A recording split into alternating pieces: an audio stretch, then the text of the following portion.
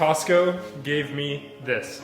Not for free, of course. This thing is about $175. And I got it because I think this animatronic is very interesting for several reasons. First of all, it's got a bit of a history. Like, it was first shown in the Morris Costumes booth in 2023, I believe. But I guess nobody picked it up, and it was never sold by Morris themselves. So many people thought that, like, it would just never be sold, and it would be just a lost animatronic. But then this year, Costco picked it up. What's different about it now is that its voice lines have changed. Now, its voice lines are much, much worse. I'm not going to beat around the bush. Now, I'm just wondering if its looks and its movement can carry it entirely while having terrible voice lines. Because its movements are really cool and totally unique. Now, servo technology has been used on a lot of animatronics now ever since Grimm. And this one, for the first time, uses servos in its arms. So it moves at the shoulders and the elbow. As a result, it looks like a cheerleader when it's moving, with its like pom-pom looking hands. But without any further ado, let's unbox this and see how it goes. And here we have it. Let's see. First of all, we've got the head just right there. Let me just get rid of this cardboard. Oh my goodness. Wait. Right away. These are the arms. Whoa. That is cool. Very interesting. We've got its spine piece, very standard. I believe this is built by SVI, so we know how the rodeo goes. Okay, here's the head. Now, as far as pumpkin scarecrow type creatures go, this is a pretty cool head. I like how it looks. Luckily, just how I like it, it is plastic and not latex, so it's not gonna rot and it's not gonna come out deformed. So here it is, pretty cool. And as you could see, inside it has a kind of panel for a flame effect inside with the lights. That's really interesting and different. Usually it's a different kind of light that does the flame effect stuff. And you can even get into the back of his head with all these screws. You can see it's sectioned off. That's interesting and very different. I kind of like that. It makes it like easy to repair, just to unscrew the back of its head.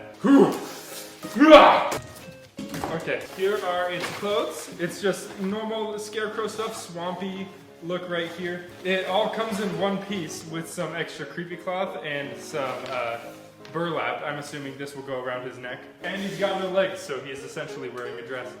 Here we have the main body piece. It also has head turning, so we've got a motor right here, just a normal motor. Does it have 2 legs or 1? I guess we'll find out. Usually with a prop like this, it would only have like 1 leg since it doesn't have like 2 legs on the outside of it. For cosmetic reasons, it doesn't need like 2 legs. Like, you might be surprised to hear that Lethal Lily is only like 1 leg. Here's its waist, and immediately answered, it has 2 legs. There. Cool. Better stability. Looks like the adapter has come out of the box. Very beefy adapter, I might add. And we've got some stakes for this final piece, which, you guessed it, is his base. Now, something you might notice, which is very odd, both its legs are super close together at the bottom. So very interesting. We won't need the stakes since it's gonna be indoors, but I appreciate the notion. Let's go. Close this bad boy up and get to the setup. First up to any setup, we've got the base. That'll go right there. Now let's figure out this leg situation. Usually, a good rule of thumb, if you're not using the instructions like me, it goes like in alphabetical order. So the base is A, and you could probably guess what's next is B. Both of these are labeled B, so these will go onto here. There we go. Very funny leg position. Of course, you're not going to see these under the like dress it's got. I don't know. I expected it to be different. It does feel very stable though. This is like one solid object. It's not very wobbly. Now here we've got the main body piece. This is moving along super quickly. Very easy setup. And I severely underestimated its size. This is so big. I expected it to be like 6 foot. This is 7 foot. Dang, I'm gonna have to angle the camera up. Okay, now I've moved the camera so that we could see all of it. That is way bigger than I thought it would be. For $175, that's like really cool. Wait a minute. I might be stupid. Give me a second. Okay, I'm gonna set this aside. See, I was confused because the legs get so skinny at the bottom, you can't just drape it over the whole thing. So, it is a bit different than I thought. There we go.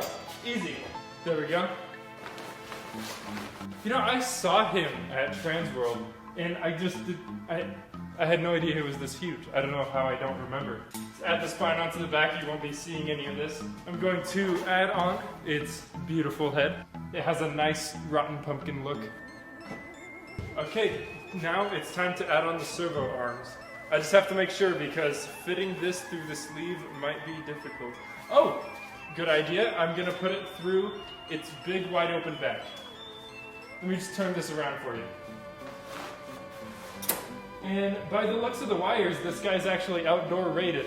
So that's something Spirit couldn't do. Or it's not that they couldn't do it, it's that they refused to do it.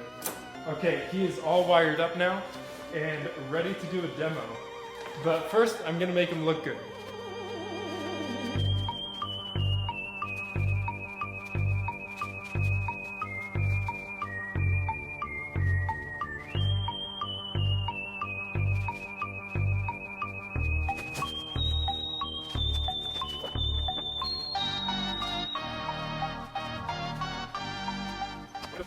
It's my own little art piece. Now I'm gonna plug him in, but I want to show you its control box because it's totally unique. So it has all these settings, which is super cool. Probably the most settings I've ever seen on an animatronic. Now the only other animatronic that I've seen this many options on was the Servo Towering Reaper, which also came from Costco. So this is totally like a Costco exclusive feature. Now you could choose the different languages here, or just a laughing mode where it won't say anything, it'll just be laughing, which is kind of universal. And here's the different ways that it can be activated. There is timed motion sensor, always on or just off as it is right now. I just thought I'd point that out. This is probably my favorite control box out of any animatronic. And let's move on to the demo. Hey there, it's prime time for perfecting your ghost noises. Give it a try. Ooh, ooh, ooh.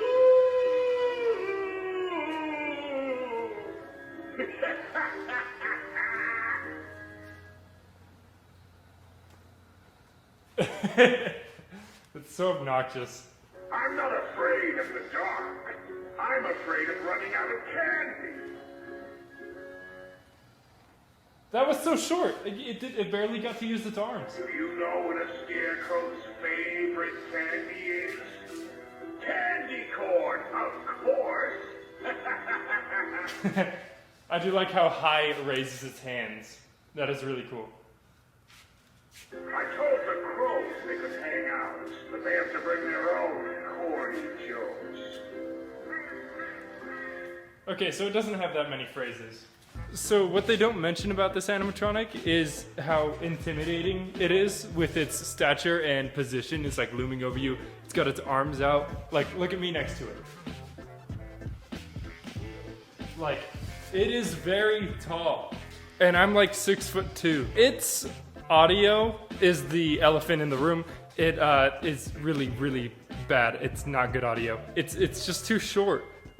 It's got these really cool arms, but it could barely use them. The one where it uses the arms the most is the ghost noises one, which is my least favorite phrase, but it is the longest phrase.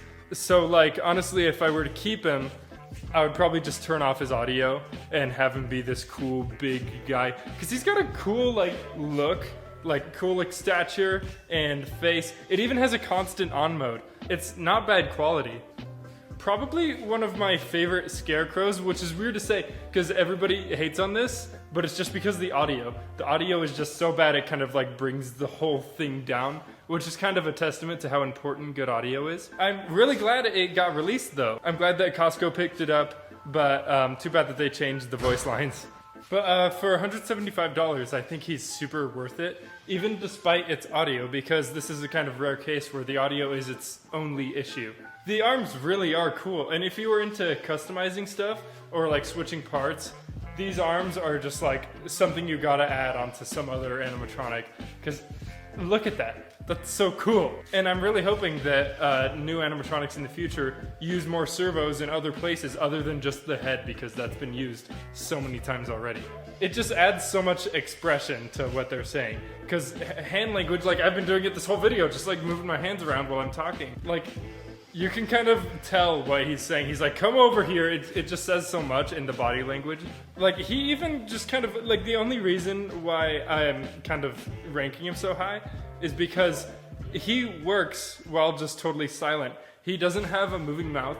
He's got the cool flame effect. He already looks cool. He's very big.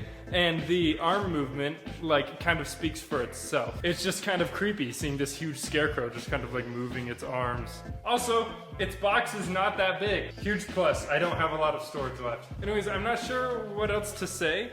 Just like, overall, amazing animatronic, cool, unique feature. Really, really terrible audio. So if you could just get past that, it's just like, it's pretty awesome. Also, I'm cutting it some slack because it's not like $300. I feel like if someone like Spirit or Lowe's were selling this, it would be $300 or $300 plus, because that's how those prices are going nowadays. Thank you, Costco, for staying cheap. Also, thank you to Home Depot for staying cheap as well. Just a little shout out there. Yeah!